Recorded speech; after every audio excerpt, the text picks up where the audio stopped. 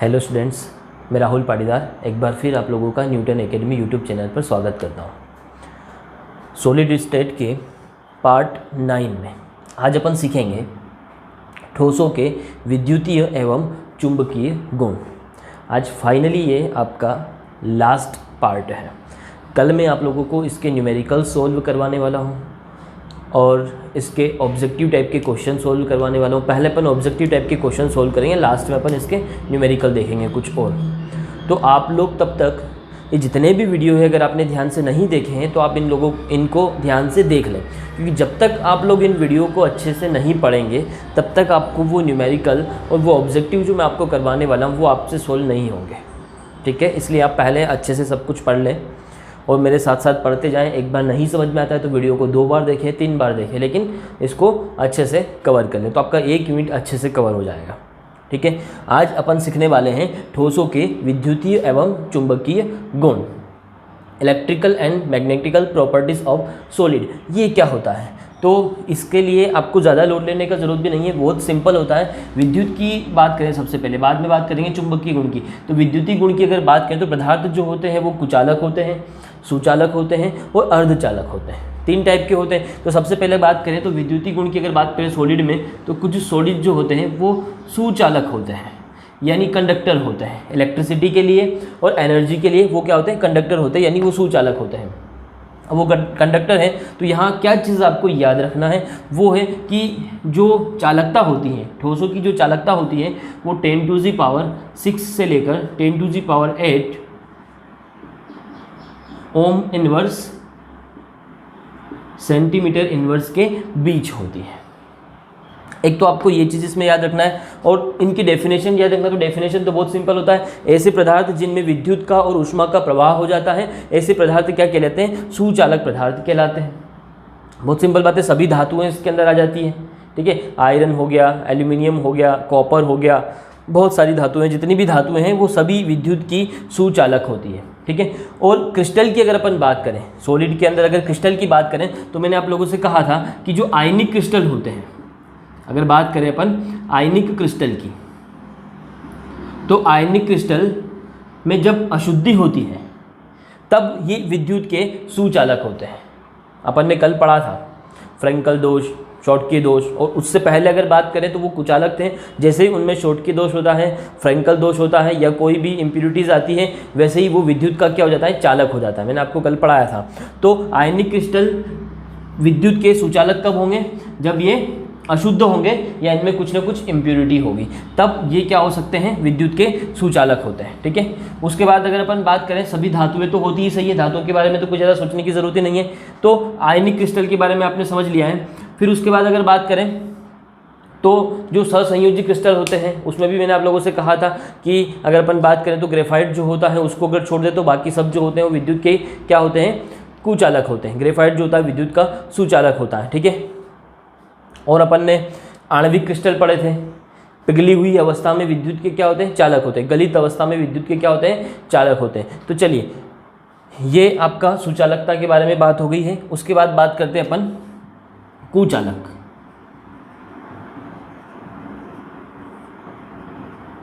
कुचालक पदार्थ की अगर बात करें तो इनका जो चालकता होती है वो बहुत ही कम होती है।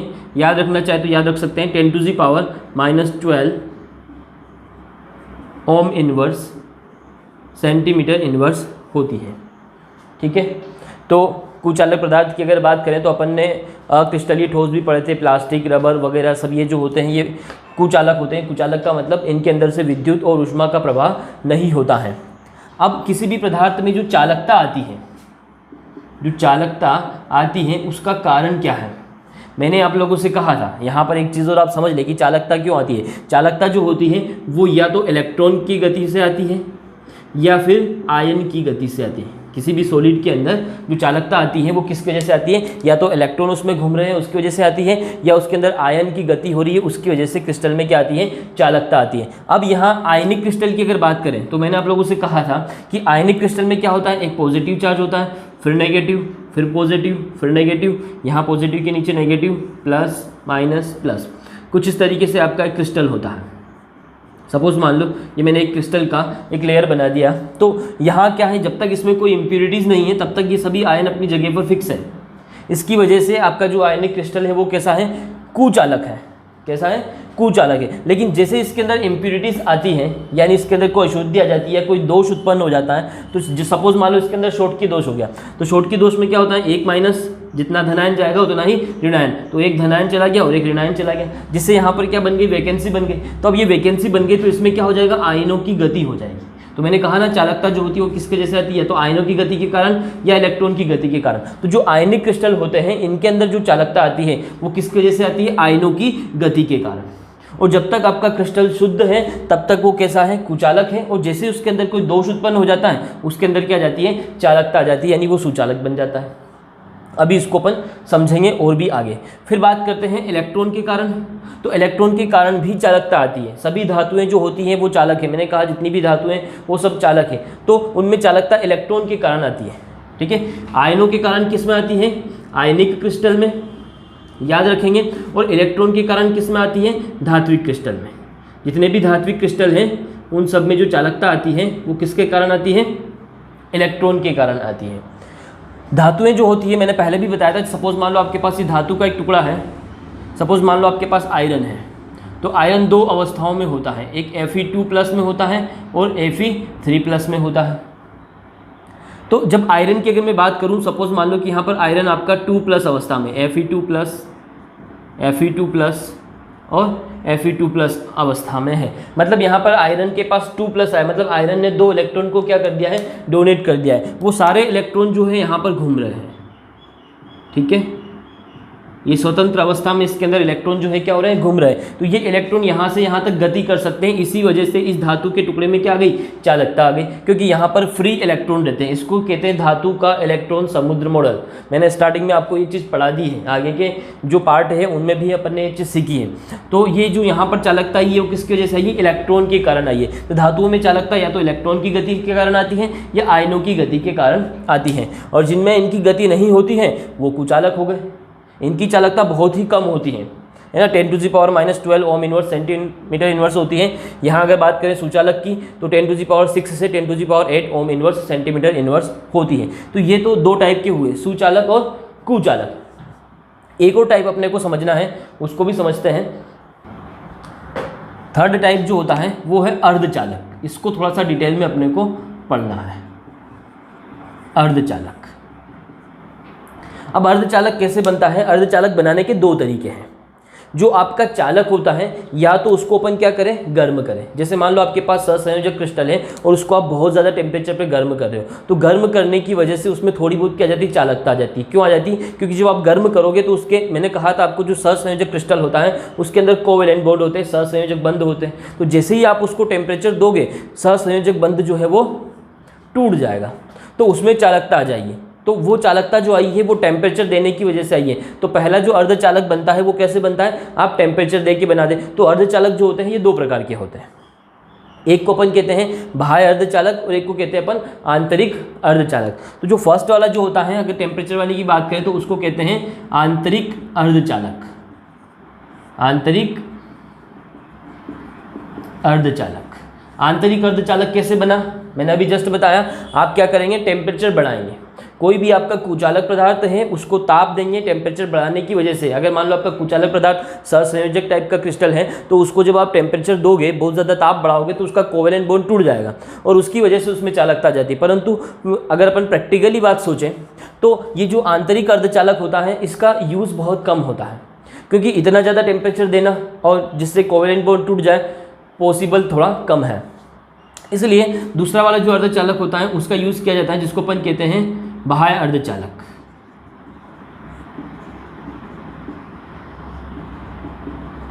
अब जनरली जब भी क्वेश्चन पूछा जाता है कि अर्धचालक कितने प्रकार के होते हैं, तो आप यहाँ से ये नहीं लिखेंगे आंतरिक अर्धचालक और बाह्य अर्धचालक नहीं लिखेंगे, क्योंकि ये थ्योरेटिकली बहुत कम यूज़ होता है। इसीलिए जो बाह्य अर्धचालक होता है ये दो टाइप का होता है। अब बाह्य अर्धचालक कैसे बनता है उसको समझेंगे, और यहीं से आपको अर्धचालक के प्रकार एग्जाम में लिखना है अगर आपसे पूछा जाता है तो। बाह्य अर्धचालक का मतलब ये होता है, बाह्य अर्धचालक कैसे बनता है, बाह्य अर्धचालक बनता है इम्प्योरिटीज़ मिलाने से, अशुद्धि मिलाने से। तो किसी भी पदार्थ में आप यहाँ पर एक चीज़ नोट करेंगे बाह्य अर्धचालक बनाने वाला जो तरीका है उसको नोट करेंगे। वो तरीका है आपका कि किसी पदार्थ की चालकता बढ़ाने के लिए, चालकता बढ़ाने के लिए उसमें थोड़ी मात्रा में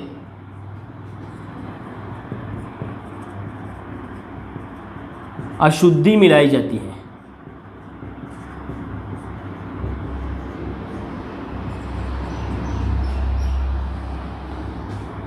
अशुद्धि मिलाई जाती है। अशुद्धि मिलाने का यह प्रोसेस डोपिंग कहलाता है, नोट कर लेना, जिसे डोपिंग कहते हैं।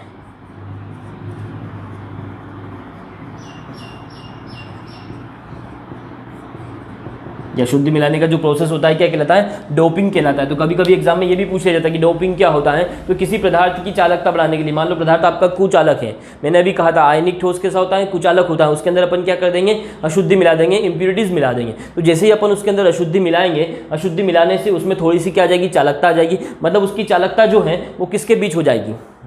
चालक और कुचालक पदार्थ के बीच हो जाएगी। चालक और कुचालक पदार्थ के बीच मतलब अर्धचालक जो होती है इनकी चालकता 10⁻8 से 10⁻⁻12 ओम इनवर्स सेंटीमीटर इनवर्स के बीच हो जाती है। मतलब ये अर्धचालक हो जाते हैं थोड़े बहुत। अर्धचालक का मतलब ये होता है, सेमीकंडक्टर मतलब क्या? जिसके अंदर थोड़ा सा कंडक्टिविटी होती है, थोड़ी सी कंडक्टिविटी होती है, मतलब बीच में होता है। मतलब इसमें थोड़े से चालक के गुण भी होते हैं और थोड़े से कुचालक के गुण भी होते हैं। तो उसको अपन अर्धचालक या सेमीकंडक्टर कहते हैं। सेमीकंडक्टर बनाने के दो तरीके हैं, उसके आधार पर ये दो प्रकार के हो गए, आंतरिक अर्धचालक और बाह्य अर्धचालक। आंतरिक अर्धचालक का मैंने क्या कहा? जब टेम्परेचर बढ़ाया जाता है तो उसकी वजह से उसमें थोड़ी बहुत चालकता आ जाती है। तो ऐसा जो है वो क्या कहलाता है? आंतरिक अर्धचालक कहलाता है। लेकिन इसका थ्योरेटिकल ज़्यादा यूज़ है, प्रैक्टिकली ज़्यादा यूज़ नहीं है। थ्योरेटिकल अपन थोड़ा सा उसको पढ़ लेते हैं। बाह्य अर्धचालक की बात करें तो बाह्य अर्धचालक कैसे बनता है? इम्प्योरिटीज़ मिलाने से बनता है। किसी भी पदार्थ में जब अशुद्धि मिलाई जाती है तो उसमें चालकता आ जाती है, उसकी चालकता बढ़ जाती है। और इस घटना को क्या कहा जाता है? डोपिंग कहा जाता है। अशुद्धि मिलाने का ये जो प्रोसेस होता है इसको डोपिंग कहा जाता है। और उसके द्वारा जो आपका अर्धचालक बनेगा वो बाह्य अर्धचालक होता है। लेकिन अभी भी अर्धचालक के जो मेन टाइप पढ़े जाते हैं वो मैं यहाँ भी बताने वाला हूँ। अशुद्धियाँ जो होती हैं, नोट करेंगे, मेन इंपॉर्टेंट बात है, अशुद्धियाँ जो होती हैं ये दो प्रकार की होती हैं। कितने प्रकार की होती हैं? दो प्रकार की होती हैं। अशुद्धियाँ दो प्रकार की होती है। अब इसके दो प्रकार कौन कौन से होते हैं? एक अशुद्धि ऐसी होती है जो इलेक्ट्रॉन को दान करती है, ठीक है, इलेक्ट्रॉन दाता अशुद्धि। मतलब ऐसी अशुद्धि जो इलेक्ट्रॉन को क्या करिए? दान करिए, इलेक्ट्रॉन डोनेट करने वाली अशुद्धि हो गई, ठीक है। उसके बाद एक होती है इलेक्ट्रॉन एक्सेप्टर या इलेक्ट्रॉन को ग्रहण करने वाली, इलेक्ट्रॉन ग्राही। तो अशुद्धियाँ जो होती हैं ये दो प्रकार की होती हैं। तो जो आप अशुद्धियाँ मिला रहे हो किसी भी कुचालक पदार्थ के अंदर, वो अशुद्धियाँ ही कितने प्रकार की हो गई? दो प्रकार की। एक इलेक्ट्रॉन दाता हो गई और इलेक्ट्रॉन ग्राही हो गई।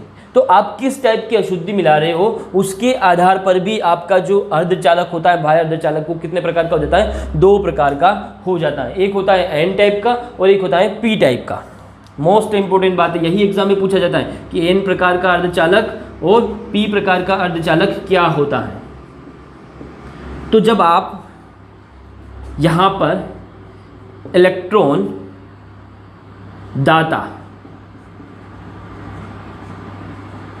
ऐसी अशुद्धि मिला रहे हो जो इलेक्ट्रॉन को क्या कर रही है? दान कर रही है, जिसके पास क्रिस्टल के अंदर जो आयन उपस्थित है या कोई भी तत्व उपस्थित है उसके पास जितने इलेक्ट्रॉन है उससे ज़्यादा इलेक्ट्रॉन उपस्थित है अगर अशुद्धि के अंदर। अभी मैं आपको डायग्राम बना के समझाऊंगा तो समझ में आएगा। आप सीधा यहाँ पर याद रखें कि ऐसी अशुद्धि जो इलेक्ट्रॉन को क्या कर रही है? दान कर रही है। तो उसके द्वारा जो आपका क्रिस्टल बनेगा वो अर्धचालक कैसा होगा? एन प्रकार का अर्धचालक। अब इसको एन नाम क्यों दिया गया है अभी आगे अपन पढ़ेंगे तो समझ में आ जाएगा। और पी प्रकार का अर्धचालक कैसी अशुद्धि से बनता है? जो इलेक्ट्रॉन ग्राही होती है, जो इलेक्ट्रॉन को क्या करेगी? ग्रहण करेगी। ऐसी अशुद्धि जो इलेक्ट्रॉन को ग्रहण करने वाली उससे पी प्रकार का अर्धचालक बनेगा, और ऐसी अशुद्धि जो इलेक्ट्रॉन को दान करने वाली उससे एन प्रकार का अर्धचालक बनेगा। तो अर्धचालक मेनली कितने प्रकार के हुए? दो प्रकार के। यही अपन ज़्यादा पढ़ते हैं, एन प्रकार का और पी प्रकार का। एन टाइप सेमीकंडक्टर और पी टाइप सेमीकंडक्टर। अब ये कैसे बनते हैं, इनमें क्या डिफरेंस होता है उसको समझ लेते हैं। ये नोट कर, एन टाइप सेमीकंडक्टर, एन प्रकार का अर्धचालक। अब यहाँ पर आपको इसको समझने के लिए थोड़ी बहुत चीज़ें जो पीरियोडिक टेबल से रिलेटेड है वो आपको आना चाहिए, तभी आप इसको समझ सकते हैं। तो मैं आपको यहाँ पर पी ब्लॉक के बारे में थोड़ा सा डिटेल बता देता हूँ, और मैं आपको पीरियोडिक टेबल के अलग से कुछ वीडियो दूंगा, तो आप वहाँ से भी इनकी प्रॉपर्टीज़ पूरी अच्छे से पढ़ लें। पीरियोडिसिटी आपको पूरी आनी चाहिए, तो आपको 12th समझने में भी हेल्प होगा। पीरियोडिक टेबल में 4 ब्लॉक होते हैं, उसमें से पी ब्लॉक की मैं यहाँ पर बात करूँगा क्योंकि उसका अपने को ज़रूरत लगने वाला। तो पी ब्लॉक में सबसे पहला जो फैमिली है वो बोरोन है, फिर कार्बन, फिर नाइट्रोजन, फिर ऑक्सीजन, और फिर आपका हेलोजन फैमिली होता है, फ्लोरीन क्लोरीन वाला। ठीक है, अपने को यहाँ पर ये जो 3 ग्रुप हैं इनकी यहाँ पर ज़रूरत पड़ने वाली, इनका अपन यहाँ पर यूज़ करने वाले, इसलिए इन तीनों के बारे में भी बता देता हूँ। सबसे पहले बोरोन आता है, फिर कार्बन, फिर नाइट्रोजन। बोरोन की बात करें तो ये आता है 5th नंबर पे, इसका एटॉमिक नंबर 6 होता है, नाइट्रोजन का एटॉमिक नंबर 7 होता है। ठीक है, यहाँ इसके बाद आता है एल्यूमिनियम, ठीक है, फिर गैलियम, ठीक है, फिर यहाँ आता है कार्बन के बाद सिलिकॉन, फिर आता है जर्मेनियम। यहाँ आता है नाइट्रोजन के बाद फॉस्फोरस और फिर आर्सेनिक। और भी तत्व नीचे आते हैं, इनकी ज़्यादा ज़रूरत नहीं लगी इसलिए मैंने अभी इतना ही बनाया है। इसका एटॉमिक नंबर की अगर बात करें तो इसका होता है 13, इसका होता है 31। ये एटॉमिक नंबर आपको याद रखना है, इनकी हेल्प से आपका काम जल्दी हो जाएगा अगर आपको इतना याद है। पीरियोडिक टेबल आपको इतना तो पता ही होगा, पीरियोडिक टेबल आपको इतना पता होना चाहिए। तो इसका एटॉमिक नंबर हो जाएगा 14, इसका हो जाएगा 15, इसका हो जाएगा 32, इसका हो जाएगा 33। अब यहाँ आपका जो सेमीकंडक्टर बनाने वाले हैं अपन, सपोज मान लो कि अपन ने जो क्रिस्टल लिया है, सहसंयोजक क्रिस्टल ले लिया है, और कौन सा ले लिया, सिलिकॉन का। तो सिलिकॉन की बात करें तो यहाँ पर इसको ध्यान से समझेंगे। सिलिकॉन आपका कितने नंबर पे आया, 14 नंबर पे आया। अगर मैं इसका इलेक्ट्रॉनिक कॉन्फ़िगरेशन लिखूँ तो क्या होने वाला है, 1s2, 2s2, 2p6 और 3s2 और 3p2। देखें 2, 2, 4, 6, 10, 12 और 14। तो 14 इलेक्ट्रॉनों के लास्ट में क्या आया, 3s2, 3p4। जो ये लास्ट वाला होता है इसी को वैलेंस शेल कहा जाता है, संयोजकता कक्ष कहा जाता है, क्योंकि यही वाले इलेक्ट्रॉन जो हैं वो बंध बनाने में भाग लेते हैं। तो सिलिकॉन का अगर आप देखेंगे ये बेसिक है ना, मैं अलग से आपको बेसिक की वीडियो भी दूंगा। अगर यहाँ पर आपको ये बेसिक चीज़ नहीं समझ में आ रही, इलेक्ट्रॉनिक कॉन्फ़िगरेशन मैंने कैसे लिखा, एटॉमिक नंबर कैसे निकाला, ये टेबल कैसे बनाया, ये सारी चीज़ें सीखना है, तो मैं आप लोगों को अभी जो पीरियोडिक टेबल के जो वीडियो देने वाला हूँ, एक वीडियो में दे चुका हूँ, बाकी के वीडियो भी मैं देने वाला हूँ बहुत ही जल्दी, तो आप उनको समझ लेना, तो आपको समझ में आ जाएगा। और अगर आपको ये इलेक्ट्रॉनिक कॉन्फ़िगरेशन वगैरह सब लिखना आता है तो बहुत अच्छी बात है। तो ये वाला जो होता है सबसे अंतिम कक्षक जो होता है, लास्ट वैलेंसी वाला सेल जो होता है, इसको कहते हैं संयोजकता कक्ष या वैलेंसी सेल। इसमें जो इलेक्ट्रॉन होते हैं यही बंध बनाने में भाग लेते हैं। तो अगर मैं सिलिकॉन की बात करूं तो इसमें क्या है, इसके पास कितने इलेक्ट्रॉन है, 2 और 2 4। वैलेंस सेल में कितने इलेक्ट्रॉन है, 4। इनको कैसे रखा जाता है यहाँ पर समझ लेना। ये सिलिकॉन हो गया तो एक इलेक्ट्रॉन ये हो गया, दूसरा इलेक्ट्रॉन ये हो गया, ये तीसरा इलेक्ट्रॉन और ये चौथा इलेक्ट्रॉन। इन इलेक्ट्रॉन को अपन ने यहाँ पर रख दिया। चाहे तो इसको थोड़ा और अच्छे से बना ले, अच्छे समझ में आएगा। ये एक जगह तो ये हो गई, ये दूसरी, ये तीसरी और ये चौथी, 4 जगह होती है जहाँ पर इलेक्ट्रॉन रखा जाता है। अब इसके पास कितने इलेक्ट्रॉन है, 4। तो यहाँ से रखना शुरू करते हैं, 1 2 3 4। पहले सिंगल इलेक्ट्रॉन रखा जाता है, फिर और इलेक्ट्रॉन होता है तो फिर अपन यहाँ से इनको रिपीट करना स्टार्ट कर देते हैं। तो ये एक सिलिकॉन हो गया। ऐसा ही एक और सिलिकॉन यहाँ है, सहसंयोजक क्रिस्टल है, तो बहुत सारे सिलिकॉन ऐसे आपस में जुड़े हुए। सभी सिलिकॉन को मैं ऐसे लिख देता हूँ, ठीक है। अब यहाँ पर भी इलेक्ट्रॉन रख देते हैं।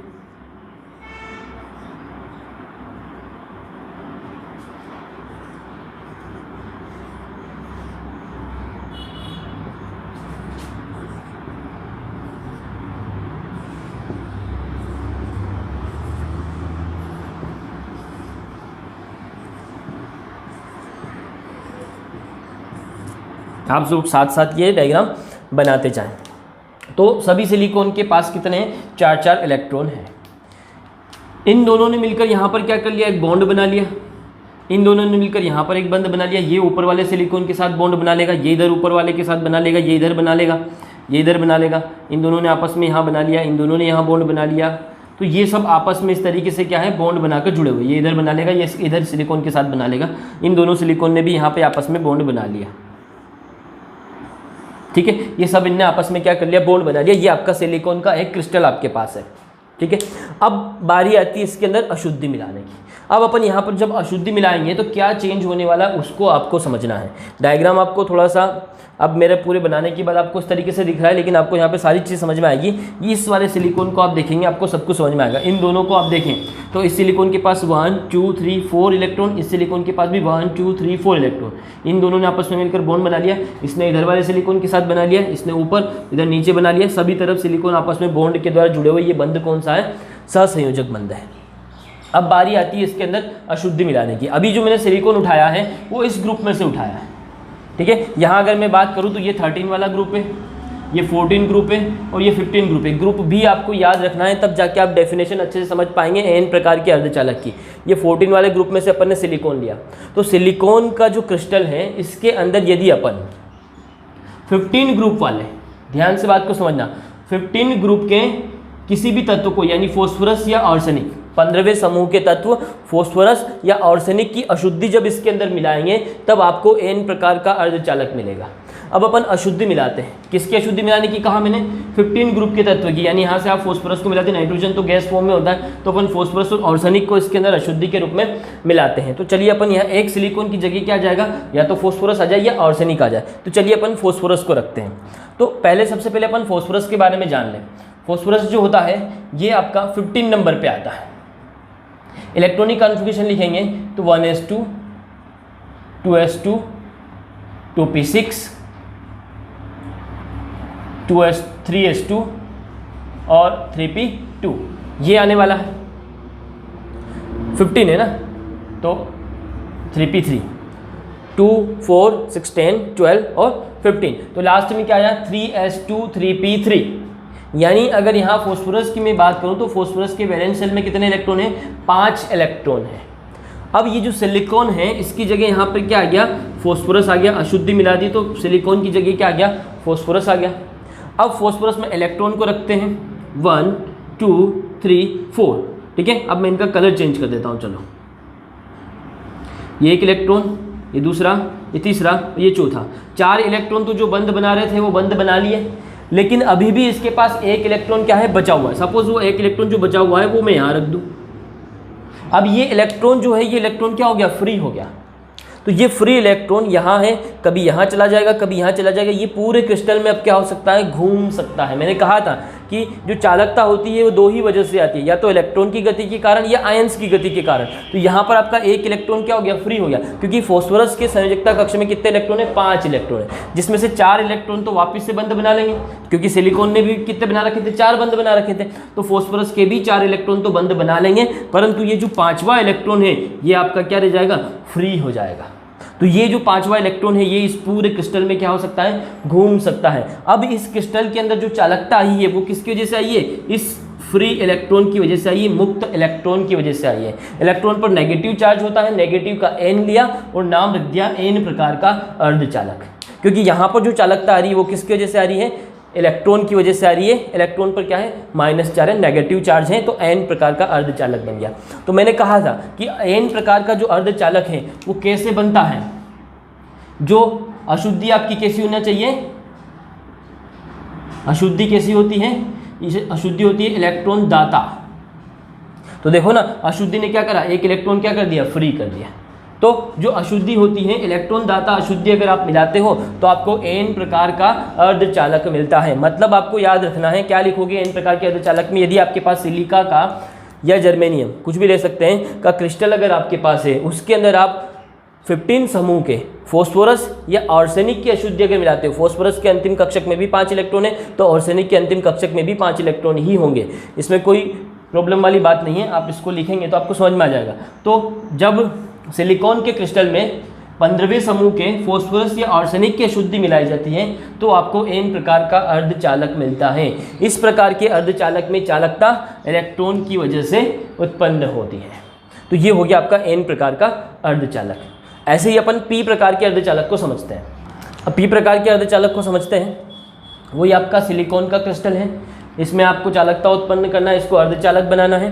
तो उसके लिए अब क्या करेंगे, पहले अपन ने 15 ग्रुप में से फॉस्फोरस और आर्सेनिक की अशुद्धि मिलाई थी। अब अपन जो 13 ग्रुप है इसमें से एल्यूमिनियम और आपका जो गैलियम है इसकी अशुद्धि मिला देते। सपोज मान लो अपन एल्यूमिनियम की अशुद्धि मिलाते हैं, तो एल्यूमिनियम के बारे में जान लें।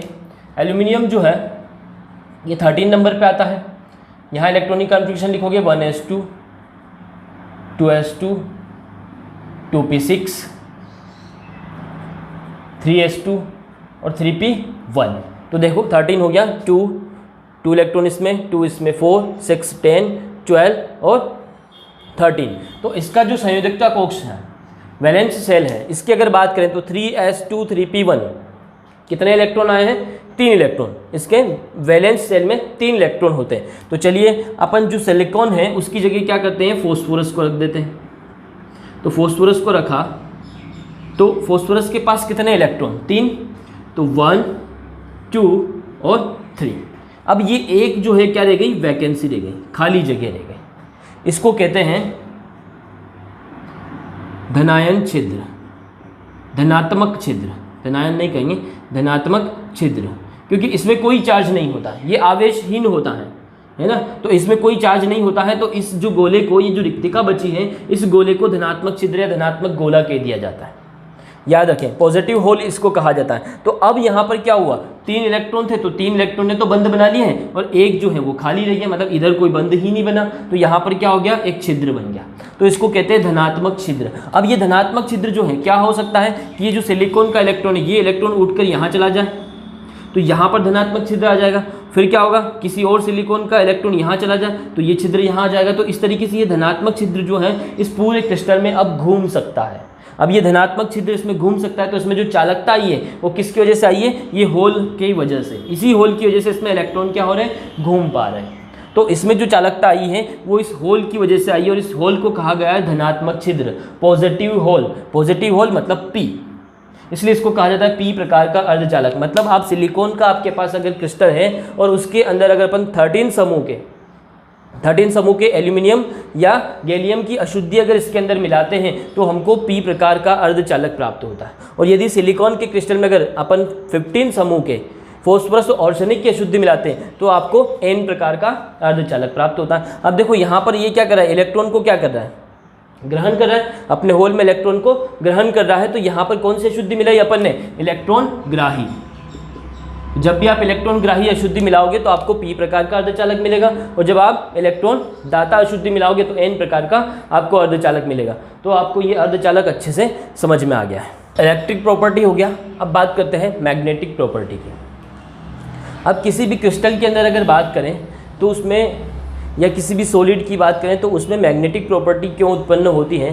तो जो आपका क्रिस्टल या सॉलिड जो होता है वो किसी एटम से मिलकर बना होता है। एटम में क्या होता है, बीच में न्यूक्लियस होता है, और इस न्यूक्लियस के चारों ओर जो होता है इलेक्ट्रॉन जो होता है ये गति करता है।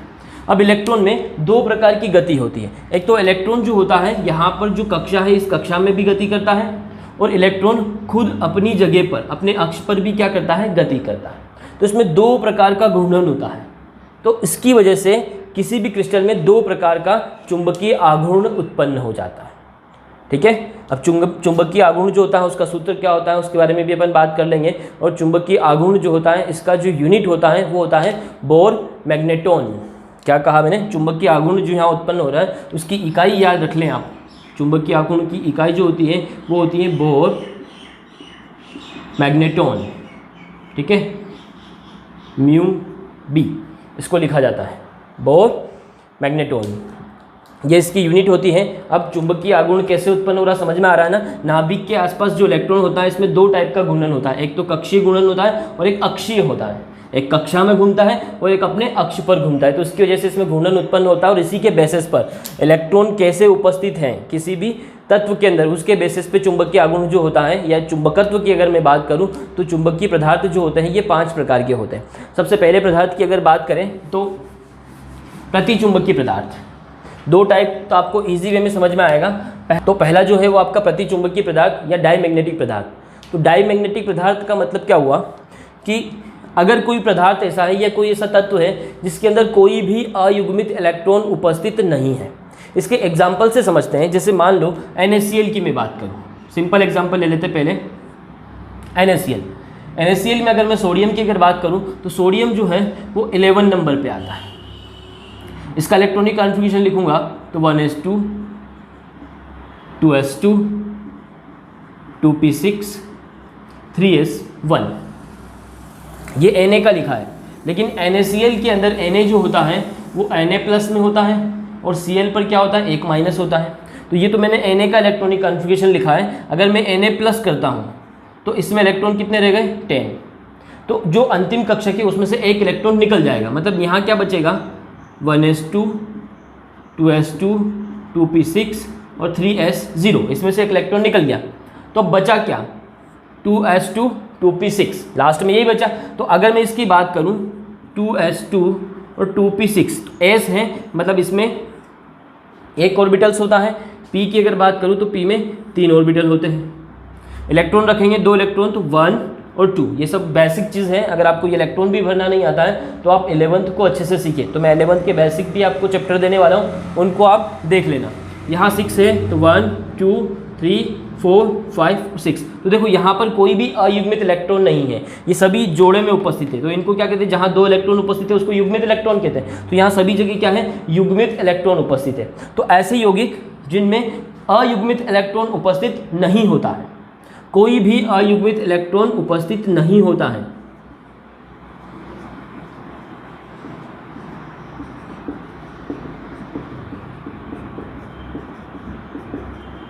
अयुग्मित इलेक्ट्रॉन उपस्थित नहीं होता। इसका मतलब समझिए ना, सारे इलेक्ट्रॉन क्या होते हैं, युग्मित होते हैं। आप ऐसा भी लिख सकते हो कि सभी इलेक्ट्रॉन युग्मित होते हैं। तो ऐसे पदार्थ क्या कहलाते हैं, प्रतिचुंबकीय पदार्थ कहलाते हैं। मतलब इनको जब चुंबकीय क्षेत्र में रखा जाता है तो ये चुंबक की तरफ आकर्षित नहीं होते हैं। ठीक है, तो क्यों नहीं होते हैं, तो यहाँ पर इलेक्ट्रॉन जो होते हैं वो सभी युग्मित होते हैं। तो सपोज मान लो मैंने अभी क्या कहा था कि इलेक्ट्रॉन के चक्रण की वजह से चुंबकत्व उत्पन्न हो रहा है। तो यहाँ पर देखो 2 इलेक्ट्रॉन है, जो इलेक्ट्रॉन सीधा रखा गया है और एक इलेक्ट्रॉन उल्टा रखा गया है। इसका क्या मतलब है, जो इलेक्ट्रॉन सीधा रखा गया है वो घड़ी की दिशा में घूम रहा है, जो इलेक्ट्रॉन उल्टा रखा गया है वो घड़ी की विपरीत दिशा में घूम रहा है। मतलब एक क्लॉकवाइज घूम रहा है और एक एंटी क्लॉकवाइज घूम रहा है। तो ये दोनों एक दूसरे के चक्रण को, एक दूसरे की स्पिन को क्या कर रहे हैं, नेग्लेक्ट कर रहे हैं, जीरो कर रहे हैं। इसलिए यहाँ पर कोई आघूर्ण उत्पन्न ही नहीं हो रहा है। इसलिए ऐसे पदार्थ क्या होते हैं, प्रतिचुंबकीय पदार्थ होते हैं। यहाँ पर आप और भी एग्जाम्पल लिख सकते हो, TiO2 टाइटेनियम का ऑक्साइड हो गया, वेनेडियम का ऑक्साइड हो जाएगा, V2O3, ये सब आपके प्रतिचुंबकीय पदार्थ के एग्जाम्पल हैं। तो इसको आप लोग यहाँ पर टाइटेनियम का इलेक्ट्रॉनिक कॉन्फ़िगरेशन लिख के देख लेना या वेनेडियम का लिख के देख लेना। यहाँ पर आपको लास्ट में कोई युग्मित इलेक्ट्रॉन मतलब अयुग्मित इलेक्ट्रॉन नहीं मिलेगा। यहाँ टाइटेनियम का कैसे लिखेंगे, ऑक्सीडेशन स्टेट निकाल लेना। ऑक्सीडेशन स्टेट निकालना आता है ना, अकेले टाइटेनियम का नहीं लिखना है। TiO2 है, ऑक्सीजन की जो ऑक्सीकरण संख्या कितनी होती है, -2। अब यहाँ ऑक्सीजन कितनी है, 2, मतलब चार्ज कितना हो गया टोटल, -4। तो टाइटेनियम के ऊपर कितना है, +4 है। ऑक्सीकरण संख्या भी निकालना सिखाऊंगा, अगर नहीं आता है तो मैंने यहाँ शॉर्ट में समझा दिया है। ऑक्सीजन का जनरल ऑक्सीडेशन नंबर जो होता है वो -2 होता है। अब एक ऑक्सीजन का -2 होता है तो 2 ऑक्सीजन का कितना, -4। तो जितना यहाँ माइनस होगा उतना ही इस पर प्लस भी होगा। तो -4 यहाँ पर कितना हो गया, +4। तो टाइटेनियम का ऑक्सीडेशन स्टेट कितना है, +4। तो आपको पहले टाइटेनियम का लिखना है और उसमें से 4 इलेक्ट्रॉन निकाल देने हैं। तो जो बचेंगे वो सारे इलेक्ट्रॉन कैसे रहेंगे, युग्मित रहेंगे। मतलब ये भी पदार्थ आपका कैसा हो जाएगा, प्रतिचुंबकीय। अनुचुंबकीय पदार्थ या पैरामैग्नेटिक पदार्थ की अगर अपन बात करें तो ऐसे पदार्थ जिनमें अयुग्मित इलेक्ट्रॉन उपस्थित होते हैं, जस्ट उसका ऑपोजिट हो गया। उसमें क्या था कि सभी इलेक्ट्रॉन जो होते हैं वो युग्मित होते हैं, इसमें अयुग्मित इलेक्ट्रॉन भी उपस्थित होते हैं। अब इनकी संख्या कम या ज़्यादा कितनी भी हो सकती है। तो ये जो अयुग्मित इलेक्ट्रॉन उपस्थित होते हैं उसी पर डिपेंड करता है कि आपका पदार्थ जो है वो कितना अनुचुंबकीय है, उसका अनुचुंबकत्व या अपन बात करें चुंबकत्व कितना है ना, या चुंबकीय आघूर्ण की बात करें तो उसको म्यू से डिनोट किया जाता है। म्यू = अगर बात करें तो जितना अयुग्मित इलेक्ट्रॉन जितना ज़्यादा होगा उसका चुंबकीय आघूर्ण भी उतना ही अधिक आने वाला है। उसका सूत्र होता है चुंबकीय आघूर्ण म्यू √, के अंदर आता है n+1। तो यहाँ पर ये जो n है, n क्या है, अयुग्मित इलेक्ट्रॉन की संख्या।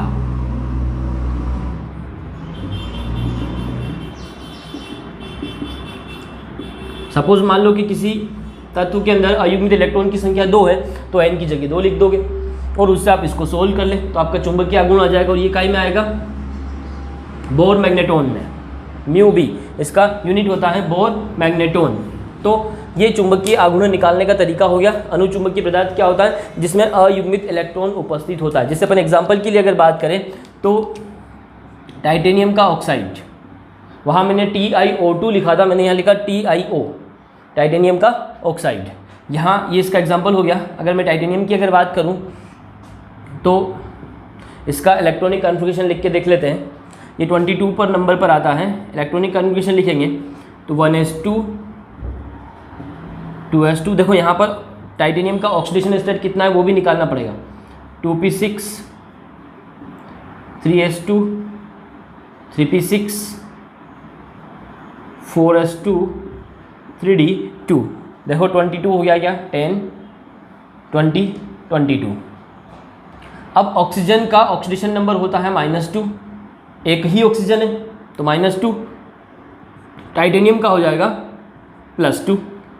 तो +2 अवस्था में देखेंगे तो इसके पास 20 इलेक्ट्रॉन होंगे, तो अंतिम कक्षक में से 2 इलेक्ट्रॉन निकल जाएंगे। अब यहाँ पर अंतिम कक्षक कौन सा है? इसको कक्षक के आधार पर जमा लो। 1s2 2s2 2p6 3s2 3p6 और 3d2 और फोर्थ वाले को सबसे लास्ट में लिखेंगे, ये फोर्थ वाला। तो ये हो गया आपका पहला सेल, ये दूसरा, ये तीसरा और ये चौथा वाला अंतिम हुआ। इसमें से इलेक्ट्रॉन पहले निकलेगा। अब यहाँ टाइटेनियम के पास 22 इलेक्ट्रॉन है। अब 2+ अवस्था में इसके पास कितने रह गए? ये Ti2+ की बात कर लें तो इसने 2 इलेक्ट्रॉन को दान कर दिया। कितने रह गए? 20। तो 2 इलेक्ट्रॉन कहाँ से निकलेंगे? यहाँ से निकल जाएंगे। 4s में कितने रह गए? 0। तो अब अंतिम कक्षक का आप स्ट्रक्चर बना लें, 3D का बना लें। ये तो पूरा भरा हुआ है, s में 2 इलेक्ट्रॉन रहते हैं, पूरा भरा हुआ है, मतलब ये युग्मित हो गया।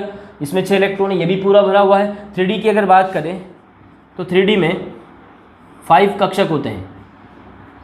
इलेक्ट्रॉन कितने हैं? 2। तो 1 2। तो देखो इसमें अयुग्मित इलेक्ट्रॉन आ गए। तो मैंने कहा था आप इसका कोई सा भी एग्जाम्पल ले लें, उसमें आपको क्या मिलेगा? अयुग्मित इलेक्ट्रॉन मिलेगा। तो ऐसा पदार्थ आपका क्या कहलाता है? अनुचुंबकीय पदार्थ कहलाता है। जब इसको चुंबकीय क्षेत्र में रखा जाता है तो ये चुंबक की तरफ क्या होता है? आकर्षित होता है, इसमें चुंबकत्व उत्पन्न हो जाता है और तब तक रहता है जब तक ये चुंबकीय क्षेत्र में है। ये बात नोट करने की कि जब तक ये चुंबकीय क्षेत्र में है तब तक ही इसमें अनुचुंबकत्व बना रहता है। जैसे ही आप इसको चुंबकीय क्षेत्र से बाहर ले जाओगे, चुंबकीय क्षेत्र हटाओगे, इसका चुंबकत्व फिर से क्या हो जाता है? समाप्त हो जाता है। तो ऐसा पदार्थ क्या कहलाता है? अनुचुंबकीय पदार्थ कहलाता है। इसको अच्छे से आप समझ लें। चुंबकीय आघूर्ण निकालना आता है तो आप ये यूज़ करेंगे। n मतलब क्या होता है? अयुग्मित इलेक्ट्रॉन की संख्या। अगर इसका आपको चुंबकीय आघूर्ण निकालना आता है तो Ti का वैल्यू यहाँ पर, n का वैल्यू Ti के लिए कितना आया? अयुग्मित इलेक्ट्रॉन की संख्या इसमें कितनी है? 2। तो आप n की जगह क्या लिख देंगे? 2 और इसको सोल्व कर लेंगे। चलिए अगला पदार्थ देखते हैं अपन।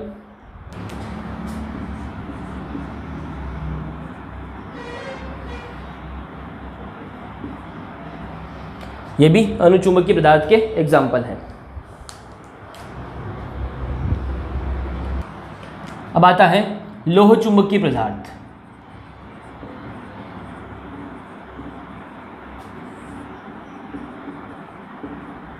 अब जितने भी पदार्थ आने वाले हैं उन सब में अयुग्मित इलेक्ट्रॉन उपस्थित होते हैं।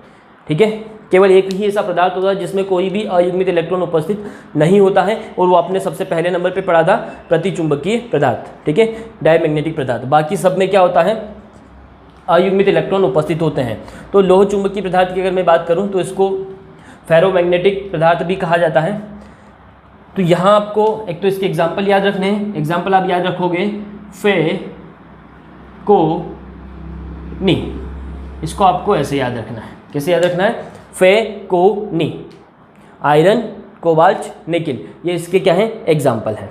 ठीक है, तो एग्जाम्पल याद रखने का तो तरीका ये हो गया। अब लोह चुंबकीय पदार्थ में और अनुचुंबकीय पदार्थ में अंतर क्या होता है उसको समझते हैं। मैंने वहाँ कहा था कि अनुचुंबकीय पदार्थ को जब तक आप चुंबकीय क्षेत्र में रखते हैं तब तक उनका अनुचुंबकत्व रहता है। जैसे ही आप उनको चुंबकीय क्षेत्र से हटाते हो उनका अनुचुंबकत्व भी क्या हो जाता है? समाप्त हो जाता है। लोह चुंबकीय पदार्थ ऐसे होते हैं कि इनको अगर आप चुंबकीय क्षेत्र में रखोगे तब तक तो ये चुंबकत्व प्रदर्शित करते ही हैं, लेकिन जैसे ही इनको आप चुंबकीय क्षेत्र से बाहर ले जाओगे उसके बाद भी इनका अनुचुंबकत्व जो होता है वो रहता है, वो खत्म नहीं होता है। इनमें स्थायी चुंबकत्व होता है। तो ऐसा पदार्थ जो होता है वो क्या कहलाता है? लोह चुंबकीय पदार्थ कहलाता है। इसको कहा जाता है, इसका एग्जाम्पल हो जाता है आयरन, कोबाल्ट और निकिल।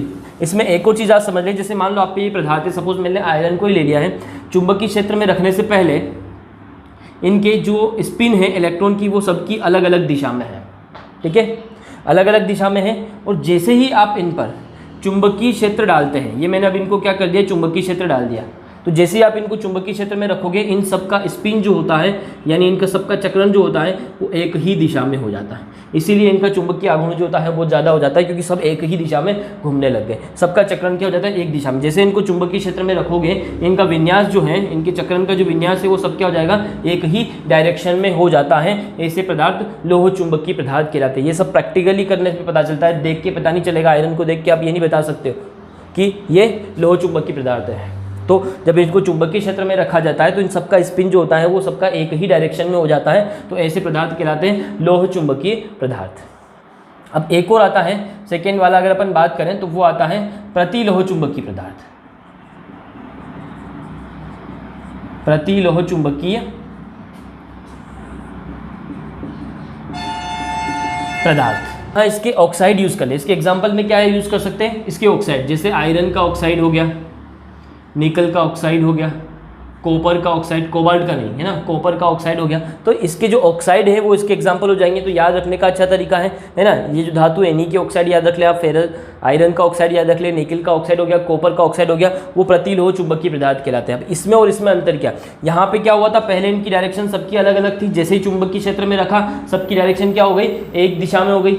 इसमें क्या होता है प्रतिलोह चुंबकीय में कि जब इसको चुंबकीय क्षेत्र में रखा जाता है तो जो इसके पास अयुग्मित इलेक्ट्रॉन होते हैं उनका डायरेक्शन जो होता है, एक डायरेक्शन अगर सीधा है तो दूसरे वाले का अपोजिट हो जाएगा, फिर सीधा है तो दूसरे वाले का क्या हो जाएगा? अपोजिट हो जाएगा। मतलब जितना सीधे हैं उतने ही क्या होते हैं? उल्टी डायरेक्शन में भी होते हैं। मतलब एक की स्पिन सीधी हो गई, दूसरे की क्या हो गई? उल्टी हो गई। तो ये कुछ इस तरीके से अरेंज हो जाते हैं, एक दूसरे को क्या कर रहे हैं? नष्ट कर रहे हैं, एक दूसरे के एंटी हो गए, इसलिए इसको कह दिया है प्रतिलोह चुंबकीय पदार्थ। और इसका एग्जाम्पल हो गया आयरन ऑक्साइड, निकल ऑक्साइड और कॉपर ऑक्साइड।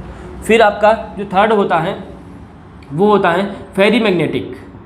ये फेरोमैग्नेटिक होता है, ये फेरीमैग्नेटिक होता है। तो फेरी चुंबकीय,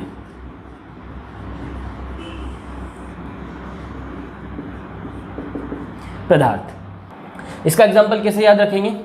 जो आयरन के दो ऑक्साइड होते हैं, एक आयरन का ऑक्साइड होता है FeO और एक होता है Fe2O3। दो टाइप के आयरन के ऑक्साइड होते हैं, दोनों को मिक्स कर दो तो Fe और 2Fe कितने हो गए? 3, Fe3 और O4 इसका एग्जाम्पल होता है। ठीक है, इसको फेरीमैग्नेटिक पदार्थ कहा जाता है, फेरी चुंबकीय पदार्थ कहा जाता है। इसमें और इसमें तीनों में अंतर समझ में आया ना? पहले वाले में क्या होता है, जब चुंबकीय क्षेत्र में रखा जाता है तो जितने भी अयुग्मित इलेक्ट्रॉन होते हैं सबकी स्पिन एक ही दिशा में हो जाती है। प्रतिलोह चुंबकीय में एक दूसरे के अपोजिट, एक सीधा है तो दूसरा उल्टा हो जाता है। और फेरीमैग्नेटिक में क्या होता है कि जब इनको चुंबकीय क्षेत्र में रखा जाता है, पहले तो सबका ऐसे ही रहता है कहीं भी किसी भी दिशा में, लेकिन जैसे ही चुंबकीय क्षेत्र में रखा जाता है तो यहाँ पर जो स्पिन होती है वो किस टाइप से हो जाती है? फेरी चुंबकीय के लिए मैं यहाँ पे बना देता हूँ, सीधे हैं और कुछ ही उल्टे होते हैं। सीधे मतलब जिनकी स्पिन सीधी है, जो क्लॉकवाइज है, उनकी संख्या ज़्यादा हो जाती है और अपोजिट वाले की संख्या क्या रह जाती है? कम रह जाती है। यहाँ सबकी बराबर होती है, इसमें सब सीधे होते हैं और यहाँ पर सीधे की संख्या ज़्यादा हो गई, अपोजिट की क्या हो गई? कम हो गई। तो इस टाइप का जो विन्यास होता है वो किस में होता है? फेरी चुंबकीय पदार्थ में होता है। और इसका एग्जाम्पल होता है Fe3O4। तो इस टाइप से आप चुंबकीय पदार्थ के एग्जाम्पल याद रखेंगे। इनको चुंबकीय क्षेत्र में रखने पर क्या होता है वो समझ में आ जाएगा। और दो चीज़ तो आप देख के समझ सकते हो, इलेक्ट्रॉनिक कॉन्फिगरेशन लिखोगे और समझ में आ जाएगा कि कौन अनुचुंबकीय होता है और कौन प्रतिचुंबकीय। प्रतिचुंबकीय में सारे आपको अयुग्मित इलेक्ट्रॉन मिले, मतलब कोई भी आपको अयुग्मित इलेक्ट्रॉन नहीं मिलेगा। और जो आपका अनुचुंबकीय पदार्थ होगा उसमें आपको अयुग्मित इलेक्ट्रॉन मिलेगा। और उससे आपको चुंबकीय आघूर्ण निकालने का सूत्र भी मैंने सिखा दिया है। तो आज फाइनली आपका ये यूनिट खत्म हो गया है। मैंने आपको सारे टॉपिक पढ़ा दिए हैं। अब मैं कल आपको इसके ऑब्जेक्टिव सोल्व करवाने वाला हूँ। तो आप लोगों ने अगर ये सभी वीडियो नहीं पढ़े हैं अभी तक तो अच्छे से पढ़ लें। इनमें से आपको किस टाइप से ऑब्जेक्टिव आने वाले हैं वो मैं आपको कल समझाने वाला हूँ। मिलते हैं कल की नेक्स्ट क्लास में।